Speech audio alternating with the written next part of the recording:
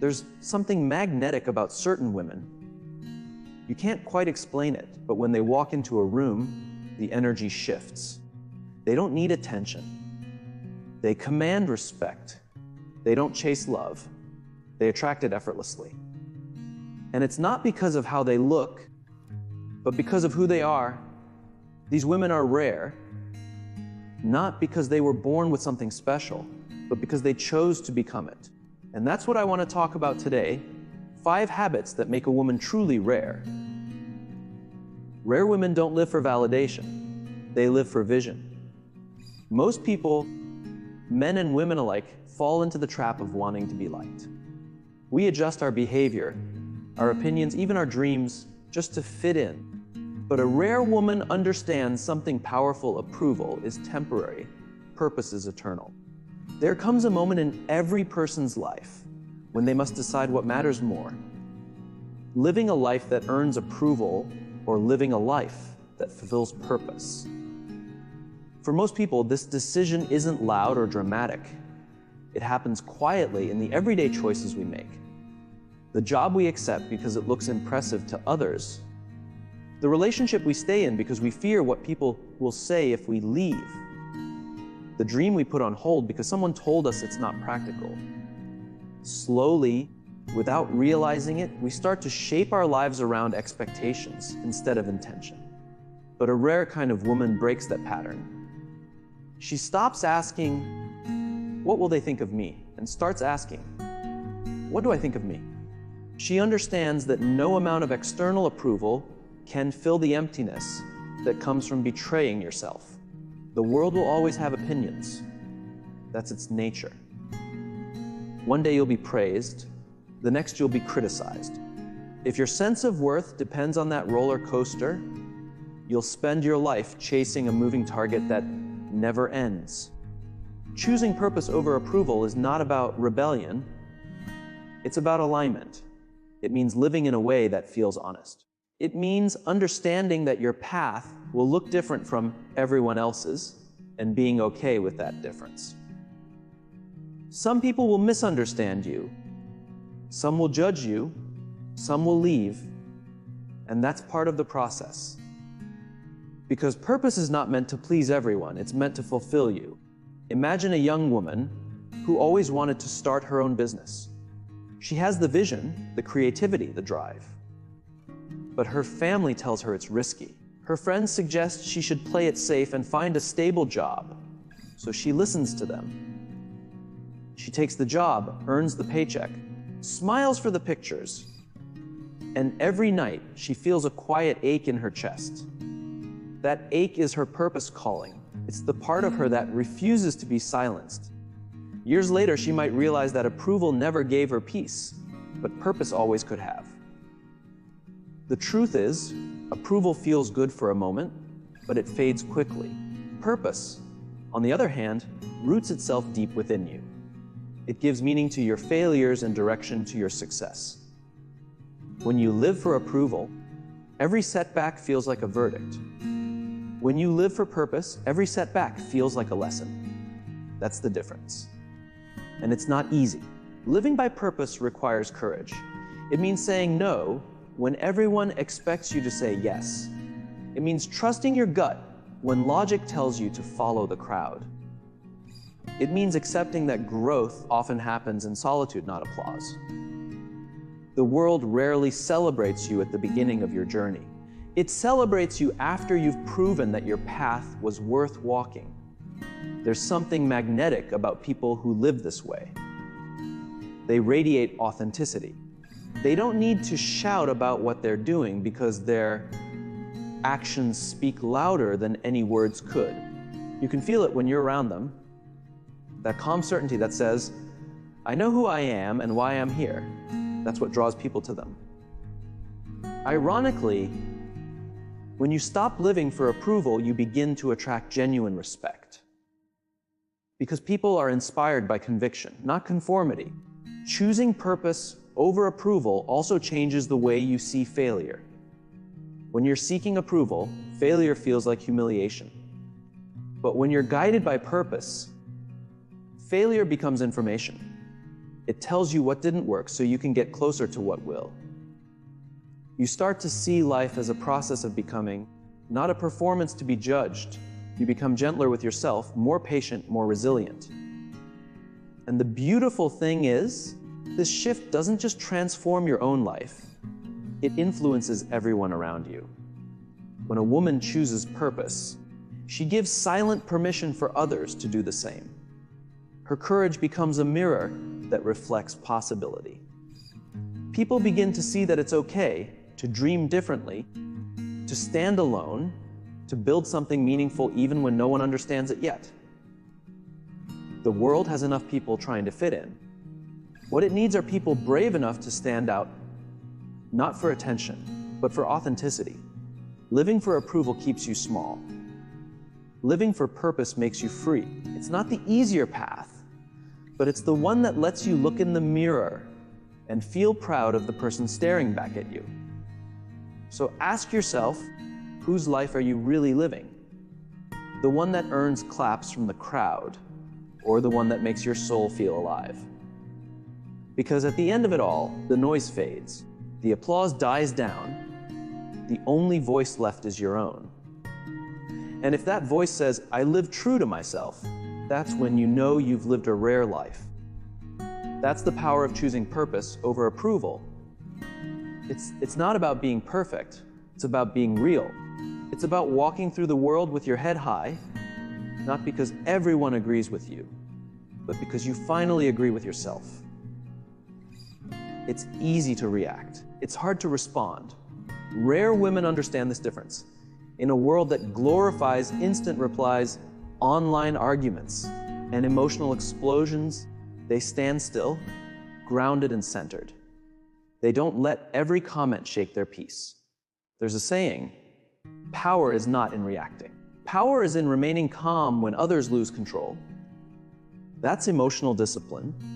Emotional discipline is one of the most powerful skills a person can ever develop, yet it is often the least understood. Many people mistake it for being cold, distant, or emotionless, but it's the complete opposite. It's not about suppressing how you feel, it's about understanding your emotions deeply and choosing how to respond rather than allowing them to control you.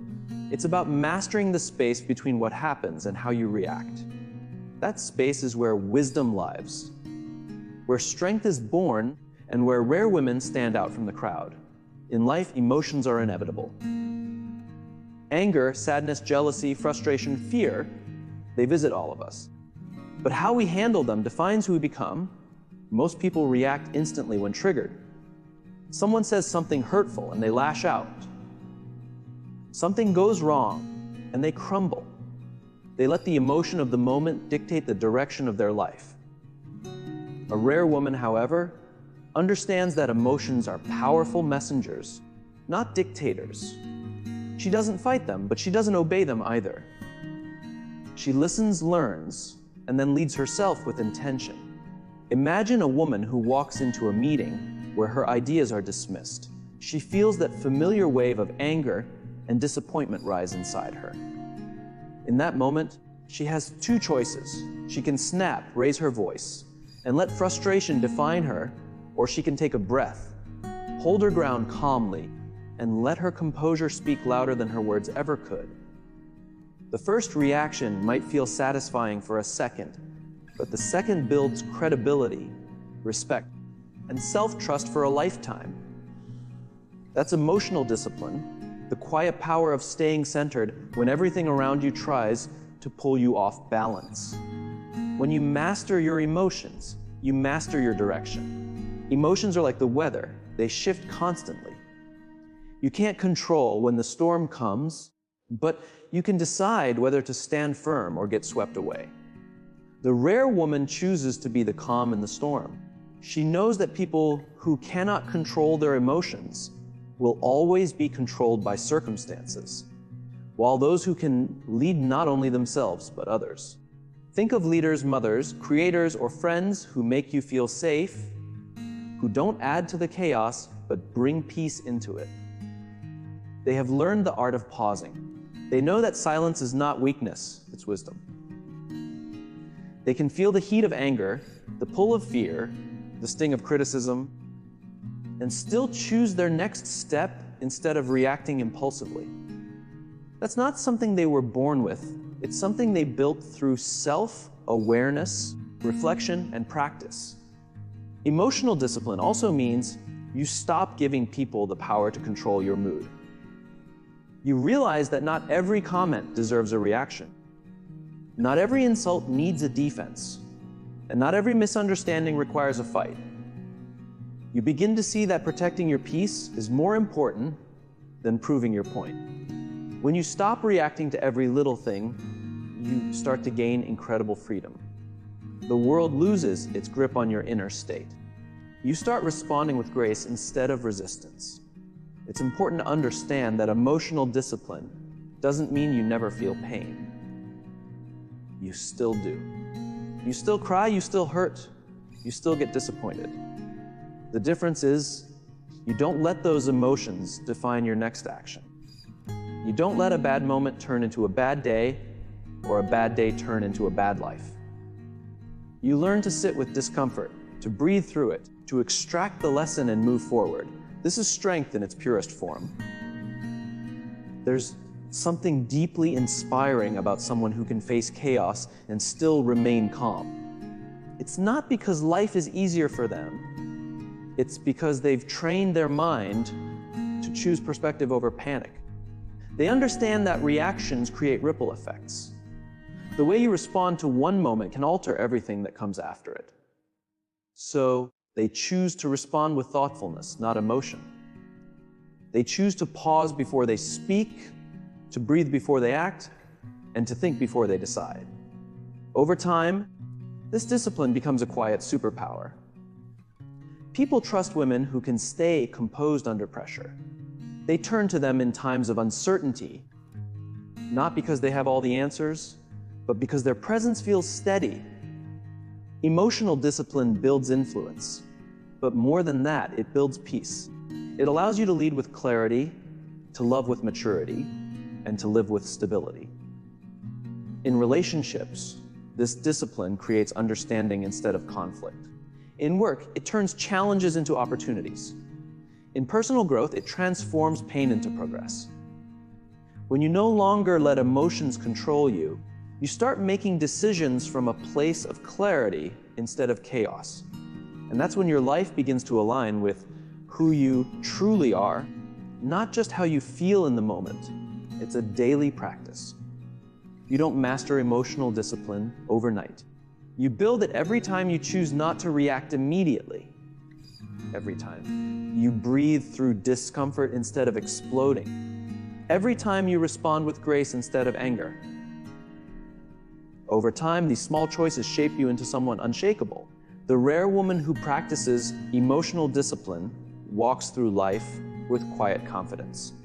She is not the loudest in the room, but she is the most centered. Her calmness doesn't mean she feels less. It means she understands more. And in a world that is constantly pushing people to react, she remains the one who chooses to rise above, to think clearly, to act with purpose. That is her strength. That is her power. And that is what makes her truly rare. We live in a world obsessed with filters and followers. But rare women understand that real power doesn't come from a mirror. It comes from the mind. They read.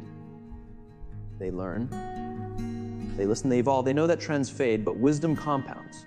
There's a quiet confidence that comes from knowing you're growing, from understanding that self-worth isn't measured in likes, but in lessons. There is a difference between appearing successful and becoming successful, between looking confident and being confident, between being admired and being fulfilled. Many people spend their lives polishing their image, hoping that if they can look good enough, sound smart enough, or seem happy enough, they will finally feel complete inside. But a rare kind of woman realizes that growth is far more valuable than image. She understands that the work done within will always outlast the impression made outside. We live in a world that rewards visibility. Social media tells us that being seen matters more than being real. It's easy to fall into the trap of performing instead of progressing.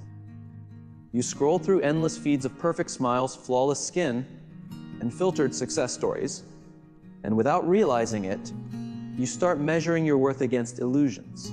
But deep down, there's a quiet voice that whispers, there must be more than this. There must be more to life than pretending. And there is. Growth is what gives you depth. It's what gives you character, confidence, and purpose that no amount of surface polish can replace. Growth is not glamorous. It happens in silence, in solitude, in moments when no one is clapping for you. It happens when you choose to learn instead of complain, when you admit your flaws instead of hiding them, when you decide to become better instead of just looking better.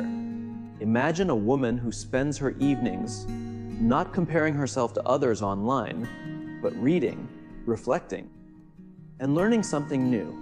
She invests her time in understanding who she is, what she believes in, and how she can contribute to the world. She might not always have the perfect picture to post, but she carries a calm confidence that no camera can capture. People feel her presence, they trust her words. That's the kind of beauty that never fades, because it's built on substance, not performance. Investing in growth means you care more about progress than perfection. It means you're willing to look foolish while learning something new, because you know that every great skill begins with imperfection. It means you value curiosity over comparison. You ask questions, you seek feedback, you challenge yourself even when it's uncomfortable. You stop trying to be impressive and start trying to be real.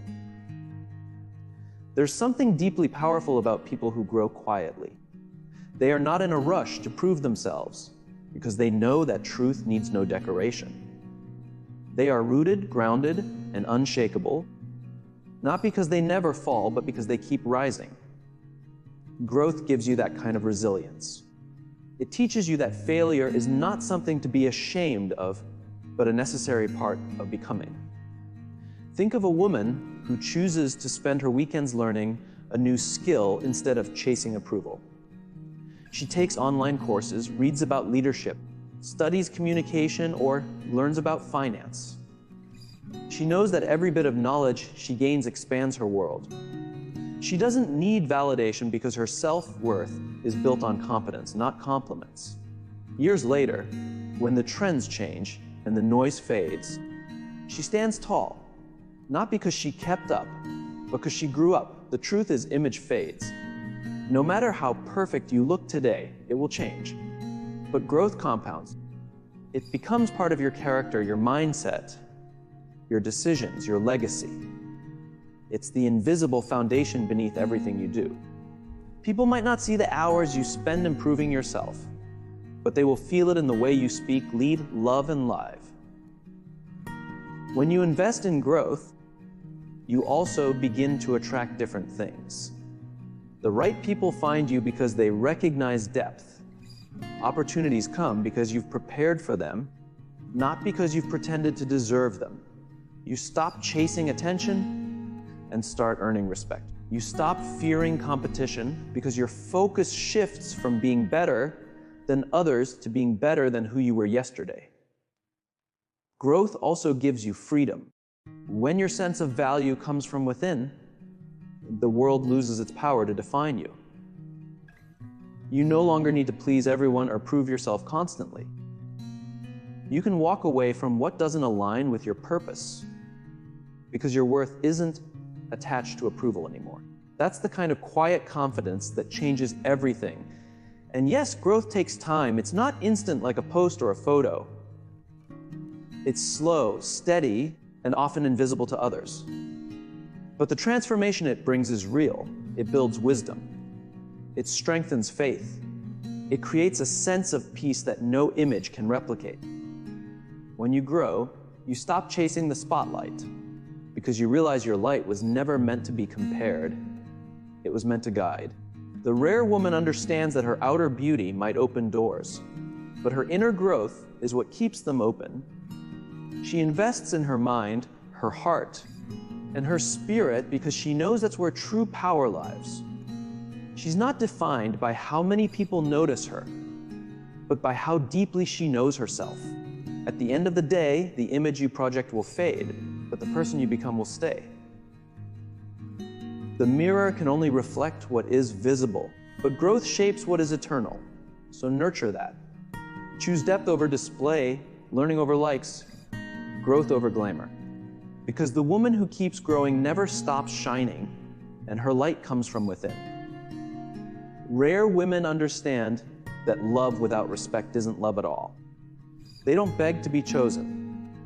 They choose themselves first. Setting boundaries isn't about arrogance. It's about self-respect. It's about saying, I will not shrink myself just to make someone else comfortable. When a woman knows her worth, she stops over-explaining, over-giving, and over-compromising. She learns that it's not her job to fix everyone. It's her job to protect her peace. Oprah once said, "You teach people how to treat you by how you treat yourself." And rare women live by that truth every single day. There comes a time when every woman realizes that love, no matter how deep or beautiful, cannot thrive without respect. Boundaries are not walls that keep love away. They are the structure that allows love to breathe, grow, and stay pure. Many people believe that to love deeply means to give endlessly, to sacrifice everything, to always say yes. But the truth is, love without limits eventually loses its balance. Boundaries are what protect the essence of who you are, so that you can love freely without losing yourself in the process. A rare woman understands that boundaries are an expression of self-respect. They are not built out of pride or fear, but out of clarity. She knows what she can give and what she cannot, where her peace begins and where it ends. She doesn't confuse pleasing people with loving them. She doesn't stay in places that drain her just to prove her loyalty. She knows that real love doesn't ask her to shrink, to stay silent, or to suffer. Real love honors her truth, and boundaries help her protect that truth. In life, people will always test your limits. Some will do it intentionally, others will do it unconsciously. They will keep taking as long as you keep giving without pause. The rare woman learns that it's not others' responsibility to respect her boundaries. It's hers to enforce them. And that's where her strength comes from. She doesn't shout to be understood. She simply lives in a way that communicates what she will and will not allow. Her calm firmness is more powerful than any confrontation. Boundaries also teach others how to treat you. Every time you say no with grace, you remind the world that your time, energy, and emotions are valuable. Every time you stand firm on your principles, you build trust with yourself. That trust is sacred. It's what gives you confidence when life gets messy. When you betray your own boundaries for the sake of approval or comfort, you start to lose that trust. You begin to doubt your own worth. And soon, love turns into exhaustion. Many women are raised to believe that love means self-sacrifice. They are told to give everything, to fix everything, to be endlessly forgiving. But love is not meant to be a burden. It's meant to be a connection that uplifts both people. When one gives endlessly while the other only takes, love becomes an imbalance, not a bond. A rare woman understands this balance. She gives wholeheartedly, but she gives from a full cup, not an empty one. She knows that saying no sometimes is an act of love, both for herself and for others. Imagine a woman who is always available for everyone. She listens, she helps, she fixes, she gives. Over time, she begins to feel invisible. Her kindness is taken for granted. Her energy feels depleted. One day, she decides to pause. She starts saying no when her heart feels tired. She sets limits on her time. At first, people resist. Some even get angry. But eventually, something shifts. She starts to feel lighter, more peaceful, more herself. Her relationships don't disappear, they transform. The people who truly love her begin to respect her space, and the ones who were only there to take quietly fade away. That's the power of boundaries. They don't destroy love, they reveal who loves you genuinely. Boundaries also protect emotional health. Without them, resentment grows. You start to feel unheard, unseen, unappreciated. With them, you create space for mutual respect and understanding. You communicate from a place of clarity, not confusion. You no longer need to beg for kindness or understanding because your presence demands it naturally. And it's not just about relationships with others, it's about the relationship you have with yourself. Setting boundaries means deciding what kind of energy you allow into your life, what you watch, what you listen to, what thoughts you entertain. You start to guard your inner world the way you guard something precious, because it is. When you protect your peace, you begin to flourish.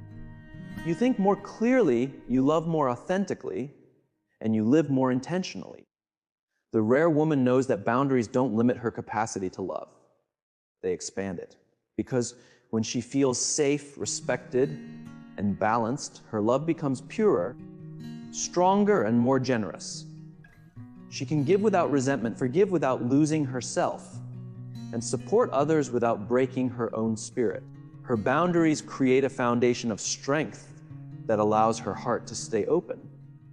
This understanding transforms the way she moves through the world. She no longer chases love or fears losing it. She knows that real love will meet her where she stands, not demand that she abandon herself to earn it. She doesn't apologize for needing space, silence, or rest.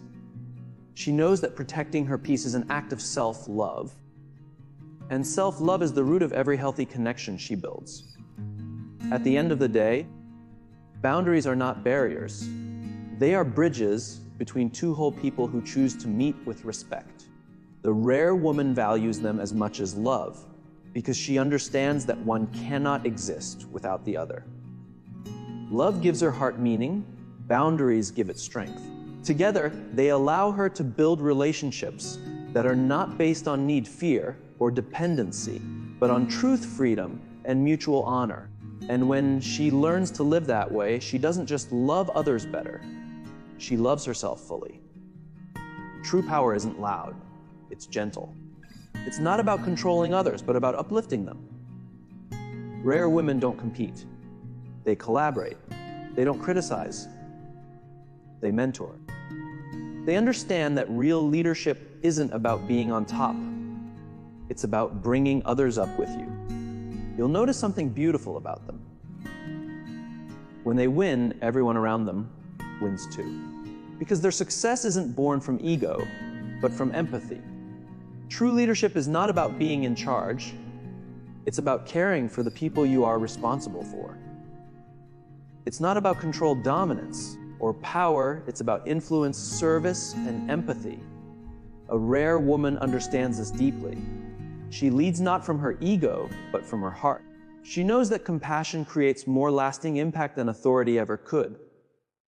While ego demands recognition, compassion builds connection. And connection is what inspires others to rise, to trust, and to grow.